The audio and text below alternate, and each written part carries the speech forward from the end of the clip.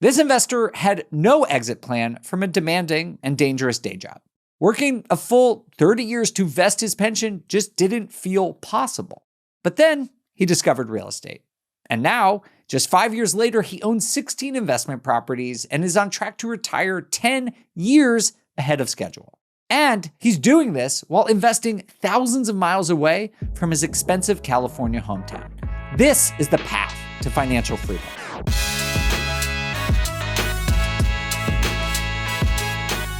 What's up, BiggerPockets community? I'm Dave Meyer, housing analyst, rental property investor, and head of real estate investing at BiggerPockets. Welcome to the show. Today, we're bringing you the story of investor Brian Waters from Huntington Beach, California. Brian loves his job. He's a firefighter, but he's seen friends and colleagues struggle trying to reach retirement in a very dangerous line of work. So he started looking for a long-term backup plan, and he bought his first rental property during the pandemic. Now he's amassed a very impressive out-of-state portfolio that puts him on path to financial freedom well before his 60s. On today's episode, Brian's going to share what he's been doing, like why he started investing with a turnkey company instead of riskier value-add properties, how documenting his journey on social media paid off huge when he needed capital to expand, and how he's proving every day that the BRRRR is far from dead in Midwest American cities. Let's bring on Brian. Brian, welcome to the BiggerPockets podcast. Thank you for being here. Dave, thank you so much for having me. I'm super excited. It's good to finally get to meet you, and I can't wait to talk about some real estate. Let's do it. Tell us a little bit about yourself first. Where were you in life when you first got the bug or started thinking about investing in real estate? I was in my early 20s. I became a medevac pilot in Hawaii, a commercial airline pilot. I was living at home and I wanted to buy a house. I live out in Southern California. It's super expensive. So we had talked to a real estate agent in the area and he kind of had the inside of this place. And I knocked on the door. A lady answered and I asked her if she would be willing to sell her house to me. And she said, yeah, but I'm not ready to move. So we bought it. We rented it back to her for a year. And then for the next over 10 years, I had roommates. I was a pilot. I was gone flying all over the country. So who cares who's in my house, right? So my mortgage was pretty much free. And that allowed me to build all that equity, which later became the golden goose to my investments. So what'd you do from there after a house hack? I think a lot of people either stick with just house hacking over and over and over again, but what did you do after that first deal? So it was years until I actually got back into the real estate game. So I let that property just increase in value. I'm lucky in Southern California, the home prices go up over time. But that kind of fast forwards me to getting in the fire service and being a 33-year-old with brand new twin boys and kind of almost in panic mode, like, hey, I don't want to work till I'm 63. And also I'm one injury away from actually having to retire. Wow. Yeah. Right? That's scary. That's hard. Yeah. I've been part of our peer support team for over 13 years. And you see a lot of mental and physical stuff going on. And I just had to come up with a plan. So the very next property it was right around when COVID was happening. I had enough equity in my house that I was able to refinance. You know, I don't even want to say the rate because it's going to make people, it's going to trigger some people, but it was very low. Does it start with a 3? It starts with a 2. It starts with a 2? Oh man. Yeah. So just don't hate on me for that. But I was able to pull out some money and I wanted to get in real estate because I love my children to death. And as a father, I didn't want to have them live in Timbuktu and not be around me. So selfishly, I was looking for property where I could buy early and kind of make them have to be around me forever, you know? So as I was looking around Southern California, I found a house that was for sale and I call it the firefighter special because the realtor was a fireman, the seller was a fireman, and I was a fireman. And so the seller, he was 3 years from retirement and he wanted to sell his house, but he wanted to live in it for 3 more years because his son was in high school and finish off. And so I was like, perfect. That was my first rental. And that property is still one of my better properties today. But what happened eventually is I looked at my bank account and I was like, well, I can no longer afford houses in California. Yeah, I would imagine. So my next journey was into the out-of-state stuff. Managing rentals shouldn't be stressful. That's why landlords love RentRedi. Get rent in your account in just 2 days. That's faster cash flow, less waiting, no need to message a tenant. You can chat instantly in-app, so you have no more lost emails or texts. Plus, You can schedule maintenance repairs with just a few taps, so you're not playing phone tag. Ready to simplify your rentals? Get 6 months of RentRedi for just $1 using promo code BP2025. Sign up at the link in the bio because the best landlords are using RentRedi. Brian, sounds like you hit the point most people in California do, where it's just not really logical to keep going, at least if you want to buy rental property. So what was your solution to that challenge? What I decided to do, instead of going into the flips or the BRRRRs, which I later got into, I decided to go the turnkey method. And for me, that has been an amazing transition to out-of-state properties. People call turnkey different things. Some people say a property that you buy directly that is just fixed up and nice is turnkey, but you're talking about buying from a turnkey operator? Yes, absolutely. So maybe you could just tell our audience a little bit about what that entails and why you were attracted to it. So number one, this is a great strategy for an active, hardworking, W-2, super busy person. I'm a firefighter. I'm a dad. I coach full-time football for my kids. I don't have a lot of time to go do this stuff. And those other strategies aren't wrong. But what these turnkey providers are, there's companies all over the country. And they internally do everything. They go out and door knock, they market, they cold call, they find the houses. Once they do that, then they go out and have their own construction teams that fix the properties. And they put in new flooring, new kitchens, new bathrooms, new water heaters, new roofs, everything.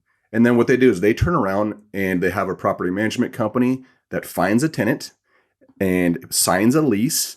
Then they put it on their website. It never goes to the market and investors can go buy it. So I love this strategy because literally they give you the numbers. You already know what it's rented for. You already know that all the major CapEx items like the roof and water heater is brand new. Those are going to be deferred for later. You have a good quality product and you could run the numbers because you know what the price is, you know what the insurance is, you know what the rent is, and you just have to analyze it. And that's what I did. And I absolutely love that strategy for beginners. Yeah, I think what you said is so important, that where you are, the kind of investor you are, will usually dictate if this is a good strategy for you. Like if you're busy and you're out of state, this is a great idea. This just makes a ton of sense, right? Like being able to go out and buy something, get the benefits of a value add opportunity, but not having to go out and source all of the contractors or subs yourself, knowing that the repairs and CapEx and maintenance and all this stuff is going to be a little bit less, is really appealing. But I have some questions because I think this is a really interesting option for our audience I'd love to dig in on. So did you know the market you wanted to invest in? Did you go out and find the turnkey operator first? Or how did you find a deal that you were comfortable with? So what I did is I called multiple turnkey providers, and this is kind of a buyer beware for all the listeners. There's some really, really good ones out there, and there's some really bad ones, right? So I am a big believer of follow the herd mentality. So I was talking to other investors through forums, through Facebook groups. The cool part about that is you're protected in a lot of senses here. You know, you're protected by the inspection report. You're protected by an appraisal. You already have a lease signed, and people will argue, well, you're not going to cash flow on these. I want to tell you a little bit about some of the incentives these people are offering, which is actually blowing my mind when I talk about it. So a few of the ones out there that are really good, they will buy the rates down to 5.5%, 30-year conventional fixed, which is amazing. That's awesome. They have a 1-year tenant guarantee where if the tenant moves out, they're going to pay you that rent that was talked about. They often will have lower incentive property management fees of 5%. We're investing in these states that have low property taxes. And again, the CapEx items are all taken care of. So I'm very conservative when I underwrite stuff, but every single one of these cash flows. Well, good on you for doing your due diligence, because I think that's the real thing that people get hung up on about. Because you're right. They're, especially like in 2021, 2022, everyone was calling themselves a turnkey rental company, you know, and I would just encourage you all to look for people who have a track record. You know, there are great reputable companies who do this. I'm sure they are frustrated by some of the people in the industry that give them a bad name, but there are very good, reliable companies that do this. And I love that you called the investors too. These businesses, they're different than traditional home sellers. And I think it's similar to something we've talked about on the show recently, which is that new construction is becoming more appealing because builders just have a different business model. They need to move inventory. And the same thing is true with turnkey operators too. They're doing volume and they're willing to buy down your rate to sell something a month faster. Whereas home sellers, Brian gave us two examples. People are like, I'll just wait 3 years. It's just like a totally different mindset. And so if you're the kind of investor, one, who can move quickly, two, might buy at volume, might buy more than one, people will potentially work with you and give you really great deals. So Brian, how did you actually ultimately pick a deal? Did you settle on the operator first or the market first, or what order did you go in? I settled on the market first, which was Memphis. And Memphis was a market that a lot of people were talking about. Never been there, still have never been there. But I asked around different people who had used them. Some of these investors had multiple ones. And when I interviewed them and talked to them, I mean, these people sometimes are turning over hundreds of properties. And so I was using them as the subject matter experts in that area. That's great. And have you scaled that up since then? Yeah. So I currently have a total of 16 properties. 15 of those are out of state. And I've kind of spread my wings a little bit to other markets as well. The first 6 properties minus the California one were all turnkey. At that point, I kind of opened the wallet again and was like, oh, where's all my money? And so I had to start getting creative. And at that point, I felt like I'd really learned a lot about the industry. Even though they were easier to do, I understood how to analyze stuff, how to find stuff. I'd started really digging into the BiggerPockets communities and understanding. And so then I transitioned into the BRRRR stuff. And so how many turnkey properties do you have total? 9 turnkey totals. And then the rest are all BRRRRs. And you've never seen any of them? Never even been to the state that they're in. That's incredible. I know. Yeah. So, I mean, you must have good reporting then, right? Like that to me would be the thing that I would be nervous about. I invest out of state too, but I've just hand selected the property management. Clearly you're happy with the property management. Oh yeah. And they use all the fancy online portals where they send you stuff. And truthfully, it becomes easier by the fact that it's away from me. It have to have better systems and I have to have a better team to do it. So I can go to the fire department and take care of the community, or I can be on the football field coaching my kids' stuff and not have to worry about, hey, the tenant called me. And first off, I'm not even good at that stuff. I'd go over there and probably break more than I would try to fix, right? So, I know all about that. Yeah. Right. So by the fact that it's far away, I'll wake up in the morning and be like, hey, you had a little plumbing leak. Don't worry, it's fixed. The tenant's happy. We're good. I'm like, cool. Thanks. Yeah. Moving on. Incredible. Well, good for you. I know it is a big leap for anyone listening to this to invest out of state, but I completely agree with you, Brian. It forces you to just take a different position on the team. When I lived and invested in Colorado, I did so much myself just because I could. I lived down the road and it just seemed silly to go hire someone to do that. And that worked well. Like I don't regret doing that. But as soon as I started investing out of state, I'm like, oh, I could concentrate on what I am good at, which is like finding markets, analyzing deals, doing asset management, and find people who are way better at property management than I am. I wasn't doing myself any favors fixing stuff. Absolutely not. And so I think it's, it's almost like this forcing function that allows you to just like mature as an investor if you do things out of state. But it takes a certain personality. Not everyone's going to be comfortable with that. Brian, what came next for you? So as I did a few of the turnkey properties, I kind of analyzed what these providers were doing. And I had really started to educate myself. There was so much that I learned early on, and it was less risky. Those turnkeys had a lot less risk, but I knew that I couldn't just continue saving up for a property and buy, saving up for a property and buy. So I wanted to scale faster. One thing that was super, super important, and I had this discussion with this awesome couple at the BiggerPockets convention we just had, is one of my friends early on told me is you have to start using social media when you first start.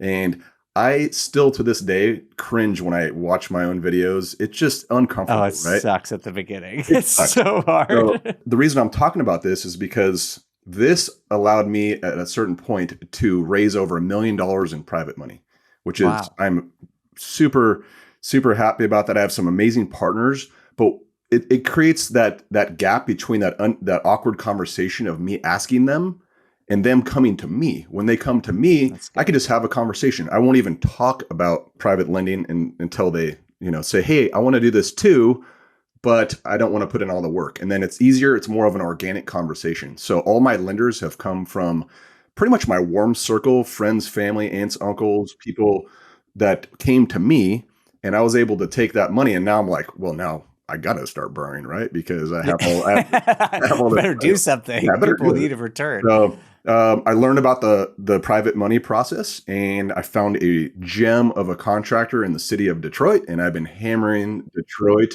And I know you talked a lot about this on a few podcasts recently, and yeah, I love that market. And I've, in the past 2 years of BRRRR, we're on our 7th property there right now. And for those who say the BRRRR is dead, I disagree. Yes, I love it. Brian, we're just breaking down myths. BRRRR is not dead. Your primary residence is not a bad investment. I love it. Lies. Well, I just want to commend you for the social media thing. I know from personal experience, it's very awkward to get started, but it is a really powerful tool. It takes a lot of guts, man. So good for you. And I know not everyone's going to do that, but it's a really repeatable strategy that almost anyone can do if you are willing to laugh at yourself the first couple of times you make a reel, because they're not going to come out well. They're going to be very cringy, and then you'll get better over time. Yeah. Oh, yeah. Well, in the spirit of getting uncomfortable, tell me about doing the BRRRR long distance. That I'm sure that was a little bit uncomfortable too. Oh, it was completely uncomfortable. And, not all of them went perfect. I will say that my last 2 were actually home runs. Like in the last couple of years? In the last couple of days, like the last week. Amazing. So I had heard about the Detroit market. I actually listened to episode 1325 on the BiggerPockets Daily, where they read the articles out. Yeah. And that, I highly encourage all of the listeners to go and listen to that one. It's an article that someone wrote about the Detroit market, and it blew my mind. I was like, ooh, here's an opportunity. I'd never been there. So this was one of the markets that I actually went to. Everyone told me, like, this city is super dangerous. Don't go there. But you know what? I've learned not to listen to people that have not done what you want to do. The downtown area had people driving around on those beer cars with kegs on them. And there's rooftop bars, super clean. Companies like Rocket Mortgage have their headquarters there. They just bought Redfin, by the way. Yeah. All those factories have been coming back up. The Detroit Lions are doing good. Go Lions if you're a fan. It's one of the only cities or one of 10 cities in the country that have all 5 major sports. They're building a Detroit FC soccer stadium there. Oh, cool. And so they're just it was so bad for so long. So there's only one way that it can go, and it can go. Yeah. Up. So I did is I contacted a realtor before I went. Again, interviewed a few, made sure they're investor friendly, asked them to give me some neighborhoods. I already knew a bunch of houses that were for sale and that had sold. And so I was kind of doing a little bit of detective work in that area. And it just blew me away. People always generalize things about cities, whether it's Detroit or Chicago or Indianapolis or whatever it is. Go there and decide for yourself. Like I have learned a lot. I've gone to a lot of markets. I love doing what you're doing, by the way. I do the same exact thing. I have a map. I drive around. I just walk into random stores. I just try and get the vibe. It's a vibe check. I don't know how else to describe it, but you do that. I have gone to markets that people love and I hated them. I've gone to markets that people hate and I've loved them. It's just depends on who you are, what you're comfortable with, what you're trying to accomplish, but think for yourself. Like that, I think that's really the thing. And honestly, it's one of the reasons why on this podcast, people always message me and they're like, what markets do you invest in the Midwest? And I don't tell them because I don't want you to do what I do, because what I do is for me and my strategy. And you shouldn't just blindly listen to me or to Brian or to anyone else. You should come up with your own strategy and find the markets, if you want to do out of state, that work for you.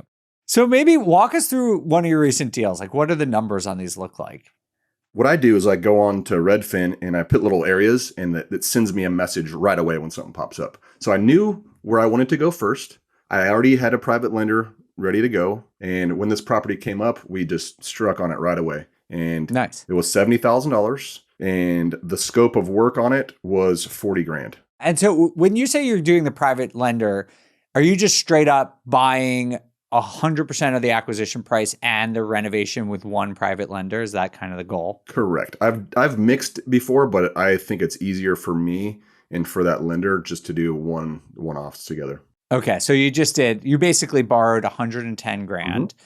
Do you mind telling us, is that like hard money kind of terms, 10, 12% interest? No points, and I pay that lender 10%. Wow, that's awesome. It's a great deal. And again, getting back to solving people's problems, my lender was on a fixed income. she's an older lady she had to have roommates, and she's in her 70s. And so I came to her and I said, you deserve to live alone and make some money. How do we solve that problem for you? And I was willing to pay whatever. And we came to terms on that. And the next month she moved her roommate out. She has her own space. And she's loving our relationship. And, I take really good care of her because she deserves that. That's fantastic. Yeah, that's amazing. I love that. Again, always talking about this mutual benefit. Real estate is not a zero-sum game. Your contractor can win, your realtor can win, your tenants can win, your lender can win, and you can win all at the same time. That's when you're doing it right. Not only can they win, I want them to win because I want to be their favorite customer when they're coming back, and they're going to do better work for you if they're winning with you. 100%. I love that approach. So tell us, finish the deal. So get on 110. Is this one of the home runs that you were talking about? This is one of the home runs. So they cranked it out. We ended up putting a Section 8 tenant in there. The process was pretty simple because we put in new everything, and I'd planned to keep it for a while. Please don't lipstick on a pig stuff, you guys. Like it's important if you're going to keep this for a long time. The tenant deserves a nice place to live, and if you're going to keep it, it's going to have less headaches for you later. So we're all in for 110, and when we got the Section 8 tenant in there, it was $1,350 for the rent, but it just appraised for $180, and I was able to pull out 75% of that. I paid back the lender all their money. I still have a ton of equity in the property, and I was able to actually put money in my own pocket. I know this is rare, but they're out there still. So wow, that's unbelievable. And I'm curious, what is your deal flow like? Are you having trouble finding these, or can you kind of do as many of these as you want? Yeah, I could do as many as I want. I mean, in that market, there's so many. Just because a BRRRR is not perfect and you're not getting all your money out, I would argue that if you can get half of your money out, that's still better 100%. Than a normal deal. 100%. If you can get $100 back, that is a win. So yes, you have to totally agree. Change your expectations of what is perfect. But to answer your question, I look for on-market stuff. Yeah. I also have a contact with a really good wholesaler out there. And third, my GC is always on the move looking for, because he's a realtor, he's always sending me deals. So I have more deals than I could fund, but I also am a busy working professional. So I'm trying to start with my strategy. I don't want to do 1,000. I'm a busy person. So I'm doing 5 a year right now, and that's plenty for me. That's plenty. And how much time does that take you, on an average week or month? I think the hardest part is probably the underwriting, getting the property going. But once we do that, I'm using the same flooring, the same color paint, the same windows, everything. I literally have a spreadsheet, and I do this in case I have to change contractors, but all the way down to the item number at Home Depot or Lowe's, where it becomes super simple for them to do. It also, I could predict my costs better, right? Yeah. So once I get that, I'm spending a couple hours here and there. If problems come up, then obviously it takes me more, but it's part of that who, not how. Find that team member that's going to be really good at their job, and it's going to be less work for you. It's not passive, but it's less work that I have to do. Awesome. Well, I love it, Brian. Well, congratulations on your success. I really admire the way you've sort of adapted over the course of your career. I think a lot of people come in to say, I'm going to be this kind of investor. I'm not going to be this kind of investor. But you got to learn. I wrote the book, Start a Strategy. You have to have a goal, but the path towards that goal is going to shift and switch. And if you just educate yourself, work hard, you can absolutely do it. So congratulations on all your success. Thank you. And thank you for being here. I loved hearing your story. We'll have to hear how you're doing in a year or two. You have to come back and join us again. Thank you guys for the opportunity. This has been an amazing opportunity for me. And keep growing, keep learning. And I would love to come back at some point if you have me. And thank you all so much for being a part of this community and for listening to this podcast. We'll see you in a few days for another episode of the BiggerPockets podcast.